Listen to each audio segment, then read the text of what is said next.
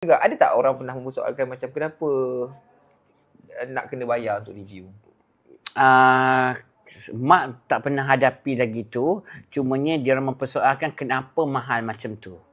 Apa justification you? Yang you dah train kepada manager you? Mak akan cakap lah, ini semua makan kos. Mak kata editing, video, Kak Abi keluar pula bukannya keluar tak bermakeup, baju. You pun ada juga kriteria. You kata nak pakai baju oren lah, pakai baju itu. Oh, demand lah. Demand. Ini semua kita kena letak into consideration. Lepas tu you makeup nak pula kena you pula nak kita tunjuk dekat you pula kat video tu. Kau pernah ada aku dah rekod dah edit, tunjuk dia kata tak nak macam ni.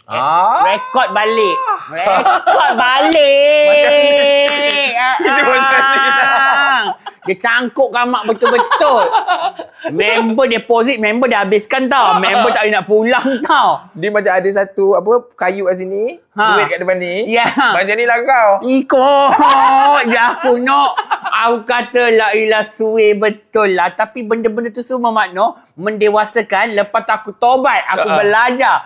Aku kata aku dapat tanya dia, nak macam mana, video nak macam mana. Lepas tu kalau aku rekod macam ni, dah tak boleh nak demand dah. Itu je.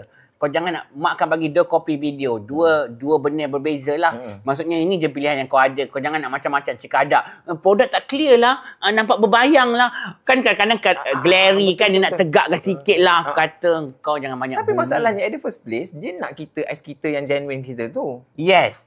Tapi dia tetap nak buat, dia tetap treat, walaupun dia tahu tu review, dia tetap nak treatkan macam kita buat shooting tu dalam professional studio. Tak nak ada glary lah, produk kena tegak macam tu lah, kena nampak lah. Padahal ada je produk kita letak side gambar kat tepi tu tau. Walaupun kita pegang, kita tahu tak clear, kita ada letak kredit kat bawah tu, gambar kotak tu. Tetap nak juga kat tangan kita.